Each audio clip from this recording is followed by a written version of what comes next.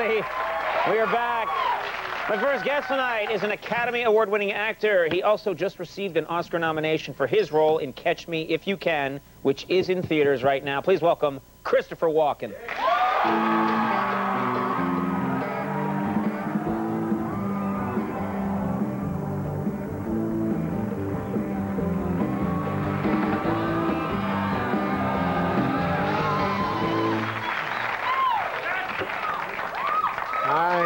Nice to have you here. First of all, congratulations, an Oscar nomination. Catch Me If You Can. You've got to feel very good. It's all good. It's very strange. How do you feel about your performance? Because clearly people loved it, but are you able to watch yourself? How do you feel about it? I thought it was very good. I liked the movie very much. So you give yourself 2 thumbs up. You know what's great is that you have that, it of course takes place movie in the early 60s, so you get to wear those great sort of early 60s clothes. You're wearing the, you know, the thin ties, the hat. You get to wear the cool hat. You must have liked that, dressing up that way. Absolutely. It was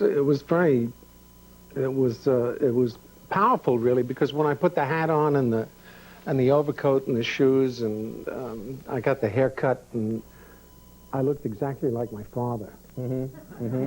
Just the way your father did. Yes, and he had that hat, he had that coat. It was that time. In fact, when that movie takes place, my father would have been about the same age I am now. So they say that when you that men one morning get up and look in the mirror and they see their father. Well, I had that happen to me in a big way on this movie. Right, right. I see my mom. I don't know why. I'm like, hi, Conan, and someone in the mirror is like, hi there, honey.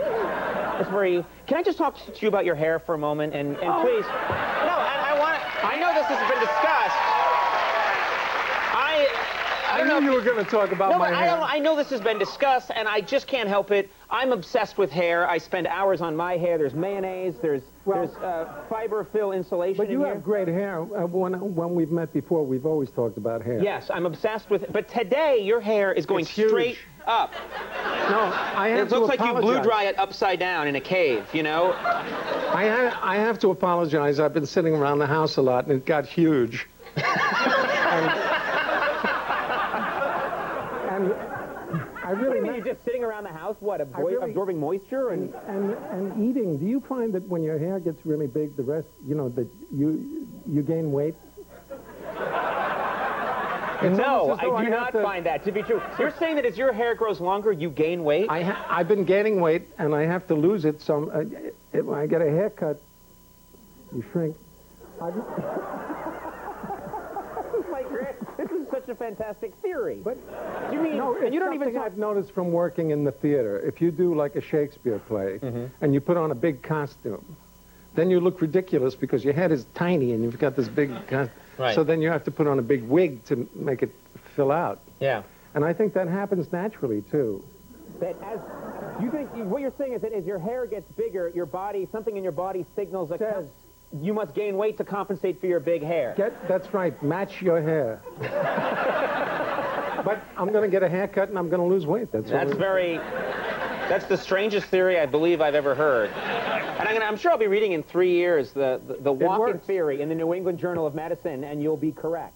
I should have a videotape and make a lot of money. Like a lose weight video where it's you just getting your hair cut? Just getting a haircut. That's a great, great theory. Now, of course, you're nominated. This is very exciting. Last time you were nominated, you won. Yep. Deer Hunter. And fantastic role.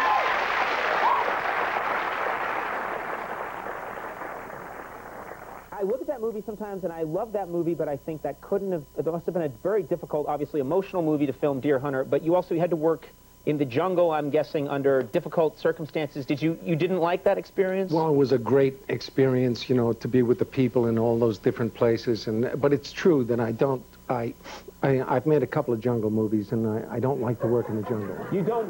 Tell us, what don't you like about the jungle? I mean, at this point in my life, I'd have to really need money to make another movie in the jungle.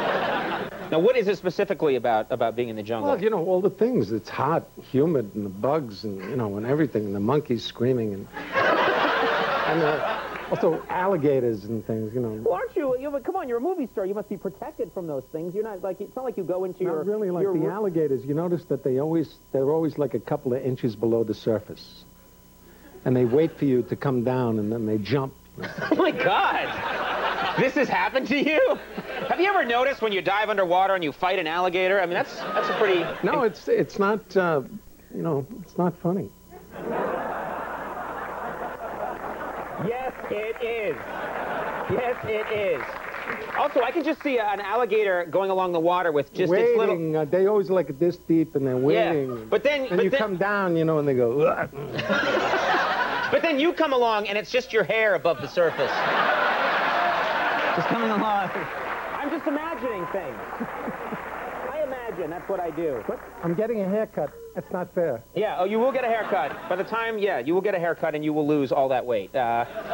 People are obsessed with... I'm obsessed with your hair, but many people are obsessed with your voice. In fact, people love to do impressions of you. They just love it. It must be easy. I don't think it's that it's easy. I mean, have you, in your own life, haven't you encountered people that do impressions of you? Absolutely. Yeah. I have a friend who's a wonderful actor, and he does me on his answering machine. So when I call him, I talk to myself. Which has got to be strange. Yeah. We noticed here that this isn't even over a very long period of time, is it? This is just over a very short period of time. A lot of people have spontaneously launched into Christopher Walken impressions, and we thought we'd honor you with a little montage right now. Let's take a look at this. Yeah, I saw your little impression. Ha-ha. I put the cat box outside on the balcony. Look around you in the taxi cab. There should be a seat belt. Trick or treat. Hey, good question. I got a question. Which one of you can guess what I've buried under my house? I did a show for Bravo that was on. It was a half-hour thing. It was nice. His was the best, in fairness.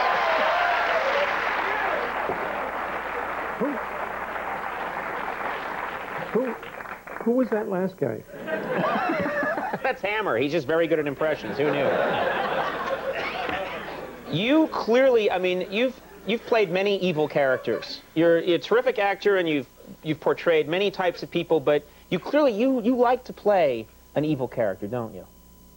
Well, sure, I like to work.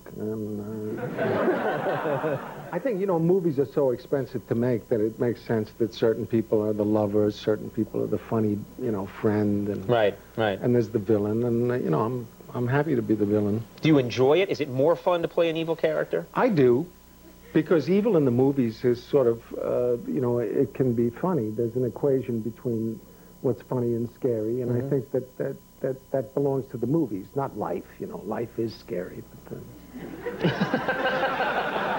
movies are not scary. Right. Life is scary, but not movies. What's an example of, like, a movie where it's so scary that it's kind of funny? Oh, it happens all the time. Don't you think there's a kind of, like, fine line? I'm not going to help you out. I want a specific example. I see what you're saying, that if something's really, it's the natural human reaction. It's so scary, you gotta laugh.